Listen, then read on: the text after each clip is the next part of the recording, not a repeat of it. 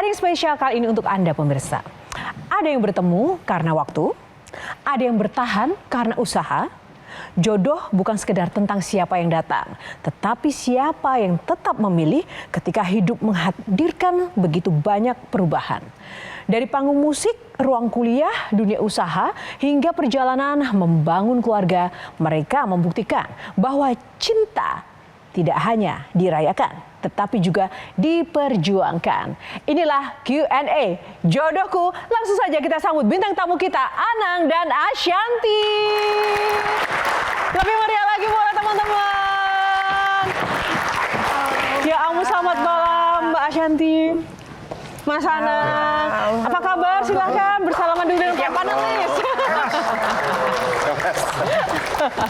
Silakan Mbak Ashanty, Mas Anang, apa kabar? Baik, alhamdulillah. Tambah cantik, alhamdulillah, dengan penampilan baru Mbak Ashanty luar biasa. Masih belum. Gimana psikologi kebatinannya? Masih penyesuaian, Masih ya penyesuaian. kan? Karena memang baru, berarti hari ini tuh 45 hari pulang dari Tanah Suci, jadi masih, ya mudah-mudahan selalu dikuatkan. Amin. Nah, selain penampilan baru Mbak Ashanty dan juga perjalanan Mas Anang, baru-baru ini juga Mas Anang dan Mbak Ashanty menyita perhatian publik, tapi bukan dengan kontroversi, sebuah prestasi. Wisuda bareng nih. Kita lihat dulu ya fotonya, teman-teman. Apa rasanya mengenakan toga bersama-sama di satu momentum yang sama tuh gimana rasanya, Mas Anang? Nggak ada dalam rencana. Saya kan dari dulu nggak terlalu pendidikan, sebenarnya nggak suka akademik. Sekolah SMP, SMA-nya juga nggak baik, karena nggak naik. Jadi dalam bidang akademis sebenarnya nggak ada yang tertarik. Nggak tahu semenjak dulu habis dari parlemen, setelah tahu bagaimana sebetulnya parlemen, bagaimana negara saya, akhirnya punya keinginan luas dalam, kepingin bahwa udah akademis saya nyoba, bukan nyoba, aku harus selesai. Itu satu. Kedua, yang sangat penting adalah ngelihat anak-anak sebetulnya. Anak-anak ini pasti akan dengan infrastruktur yang baru, sosial media dan seterusnya, pasti ini akan kritis. Saya sekolah supaya dengan cara berpikir paradigmatik di sekolah itu saya bisa diskusi dengan anak dengan cara berpikir yang benar. Tapi arti gelar akademis sendiri buat Mas Anang apa tuh, Mas? Gelar tuh saya bicara jadi begini. Dulu Anang waktu di parlemen bisa belajar apapun saja. Dia beride apapun saja di bidang dia. Musik.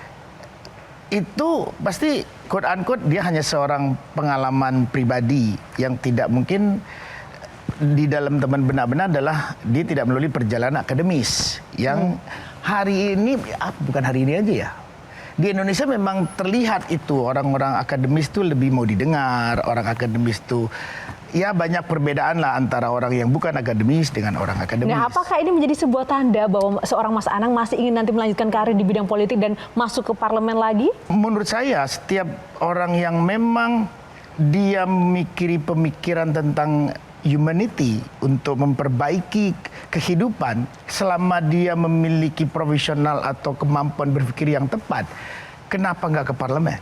Mas Anang, yes berarti jawabannya. Kan pernah. Dan ingin dan mau lagi Mas Anang? Mau lagi? Itu lebih bilang bahwa ada kadang usaha, ya memang ini jadi klise gitu ya. Orang usaha tapi kata Allah enggak jadi. Tapi kita nggak apa-apa tuh jalannya ada cepet, tuh bisa. Kayak begitu. Jadi, kita doakan Mas Anang sukses nanti ya. Kalau misalnya dapat kesempatan lagi ke parlemen ya Mas? Insya Allah. Insya Allah. Nah, kalau Mbak Ashanty, apa yang ingin Mbak Ashanty capai dengan pendidikan, mencapai pendidikan yang setinggi ini, Mbak? Betul, kalau aku memang kan background dari keluarga semua sangat-sangat fokus di pendidikan ya, baik dari kakek, ayah, dan semua ibaratnya mementingkan yang namanya pendidikan sampai S3 gitu. Dulu juga S3 kayaknya enggak deh, S1 aja dulu susah banget kayaknya gitu kan. Terus begitu S1 selesai S2 selalu ada rasa penasaran, ingin mengupgrade diri lebih lagi, ingin kayak aku sebenarnya bisa nggak sih gitu, aku bisa nggak sih sebenarnya mengupgrade diri saya lebih baik lagi dan juga menjadi contoh buat anak-anak saya ke depan supaya bisa punya keinginan lebih untuk belajar, dan aku buktikan bahwa ternyata walaupun saya seorang ibu, seorang istri, saya juga bekerja gitu ya. Tapi alhamdulillah ya, walaupun memang jalannya mungkin tidak semudah yang tidak sesibuk saya gitu, tapi alhamdulillah ternyata kita perempuan tuh bisa gitu. Apa turning point-nya Mbak ketika kemudian, oh aku harus S3 nih? Sebenarnya dulu karena S1-nya semuanya nggak linear sebenarnya kan. S1-nya ilmu politik, S2-nya bisnis. Waktu itu saya kenapa ngambil di BINUS International karena waktu itu kok punya bisnis, punya waktu saya punya produk-produk yang 10 tahun lalu gitu kita berbisnis, tapi kok nggak ngerti bisnis ya, kok dibohongin melulu, kok gini. Akhirnya lagi hamil Arsya, belajarlah ambil S2. Nah pas S3 ini sebenarnya kayak udah S2, kayaknya kan ada S3 nih, kenapa nggak dicoba aja gitu. Pertama coba-coba dan berpikir bahwa kayaknya S2 tuh nggak jauh dari S3 tuh nggak jauh dari S2. Dan ternyata udah nyemplung, itu perasaan mau keluar itu mungkin ada 10 kali. Kayaknya kalau aku menyerah, sayang ya gitu. Tapi aku kok nggak mampu, kayaknya berat banget gitu. Terus juga kayak tekanan-tekanan lain yang membuat saya merasa kayak, oh udah deh kayaknya nyerah aja gitu. Tapi setiap kali mau menyerah selalu ada sesuatu yang membuat aku ingin berjuang lagi untuk bisa. Setelah dapat S3, nah S3-nya ini buat apa Mbak? Ini pertanyaan dari Mas Anang juga yang tadinya nanya, akhirnya sekarang terjun juga ke S3. Pertama, itu pastinya suatu kebanggaan buat saya, karena saya bisa dari keluarga yang tadi aku bilang, semua keluarga berpendidikan yang sampai setinggi-tingginya. Jadi aku tuh merasa ini bisa membanggakan buat keluarga besar saya juga. Itu yang pertama. Yang kedua, oh ternyata saya bisa ya, saya mampu ya gitu. Dan bisa menjadi contoh juga buat anak-anak yang tadinya kayak, Bunda sekolah buat apa sih? Nah mereka jadi ingin mencontoh juga. Dan yang paling terakhir adalah gini, saya ingin di sisa hidup saya bisa membagikan ilmu saya, baik itu di ruang publik maupun di ruang kuliah nantinya gitu kan. Udah ditawarin ngajar-ngajar nih sekarang, terus juga bisa bermanfaat buat orang banyak di sisa hidup saya. Itu sih yang paling penting. Wow, luar biasa. Kalau Mas Anang dan juga Mbak Ashanti S3, Gian S apa Gian? Alhamdulillah S2. Tapi yang menarik adalah ketika seorang public figure yang mungkin hari ini orang berpikir bahwa ketika dapat uang tuh udahlah. Udah. Pendidikan nggak usah dikejar kan ya.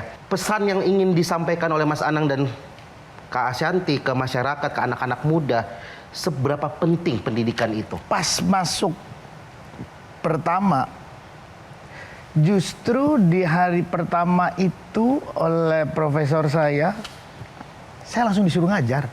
Apa dasar profesor menyuruh Mas Anang ngajar? Kan ngambilnya PSDM kreatif, industri kreatif.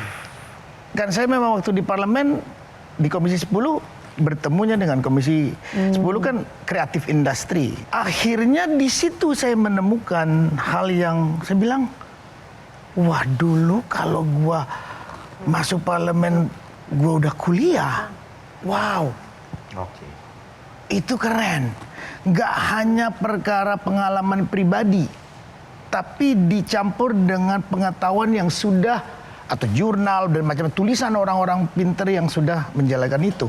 Itu akan bisa menghasilkan pikiran-pikiran yang pastinya jauh lebih up to date, jauh bisa diaplikasi, dan jauh lebih bisa berguna banyak orang. Saya menemukan hal yang sangat luar biasa buat cara berpikir saya, cara bertemu banyak orang. Meskipun saya anak bekas jalan yang kadang susah karena saya juga anak seniman yang hidup jadi studio. Jadi kadang-kadang dalam berdiskusi, dalam bertemu, kadang ya bahasanya masih anak jalanan ke bawah. Ini ada satu kejadian lucu. Jadi gitu. profesornya negur, Mas Anang, bukan gua, saya. Karena pembawaan ya. Karena saya masuk kuliahnya kan umur 50. Lain kalau saya masuk umurnya 23-30, mungkin saya terbentuk. Udah kebiasaan. Kognisinya terbentuk, diksinya terbentuk. Iya. Karena saya umur 56 masuknya. 55. Wow. Orang yang sudah bandel dengan budayanya tuh. Yang penting bagaimana saya menyampaikan paradigmatik cara berpikir yang tepat. Ya, satu lagi Mbak, ya, maaf. Tadi lihat kan panjang kalau menjawab.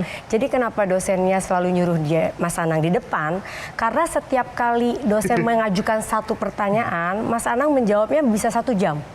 Jadi benar, jadi Pak Suko itu kebetulan saya lumayan dekat sama beliau. Dia bilang, udah saya suruh dia ngajar aja. Saya capek banget, dia menjelaskan terlalu panjang gitu, terlalu jelimet buat saya katanya. Makanya saya mendingan suruh dia belajar, suruh dia menerangkan karena dia pernah menjadi pelaku katanya. Iya. Bagaimana Kang Maman mendeskripsikan dua sosok ini?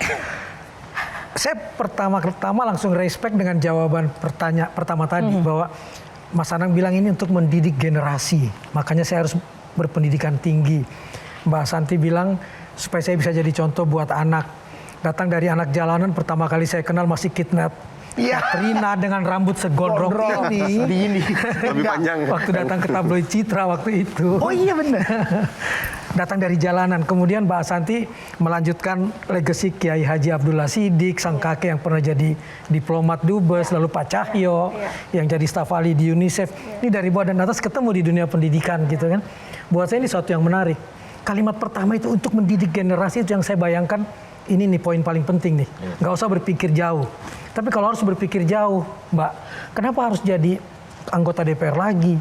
Kan di PSDM itu kalau lihat lihat disertasinya, ini bisa ke Ekraf, bisa ke Komdigi, bisa ke kebudayaan.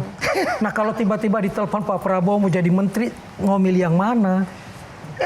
Enggak tuh Mbak Santi dulu. Kenapa langsung geleng-geleng Kalau Mbak? menjawab tadi sebenarnya Mas Anang nggak pernah ada kepikiran mau ke DPR lagi. Cuma tadi kayaknya ada pertanyaan jebakan yang membuat dia jadi berpikir begitu karena kita pernah berdua ngobrol. Pernah ada masa Mas Anang itu memperjuangkan apa yang dia pahami yaitu industri musiknya, dan saat beliau di sana menurut aku tidak tersupport dengan banyak hal yang akhirnya aku minta tidak melanjutkan waktu itu karena menurut aku udahlah nggak usah dilanjutkan gitu. Yang aku nggak bisa ceritakan kenapanya. Jadi untuk dia melanjutkan lagi di sana tuh kayaknya tidak semudah itu nanti langkahnya ya. Aku belum tahu. Tapi tadi dia jawab kayak gitu. Aku juga bingung jadinya gitu. Dia refleks aja gitu karena tadi mungkin dia bahas pernah jadi DPR. Kalau aku pribadi tidak pernah mengambil S3.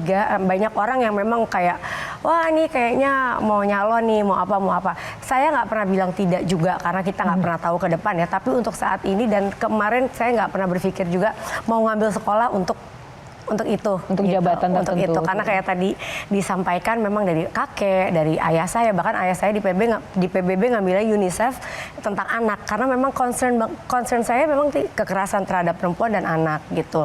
Dan jadi belum ada langkah yang kayak oh aku mau masuk ini atau mau masuk itu tuh sebenarnya belum terfikirkan gitu. Lebih cantik mana?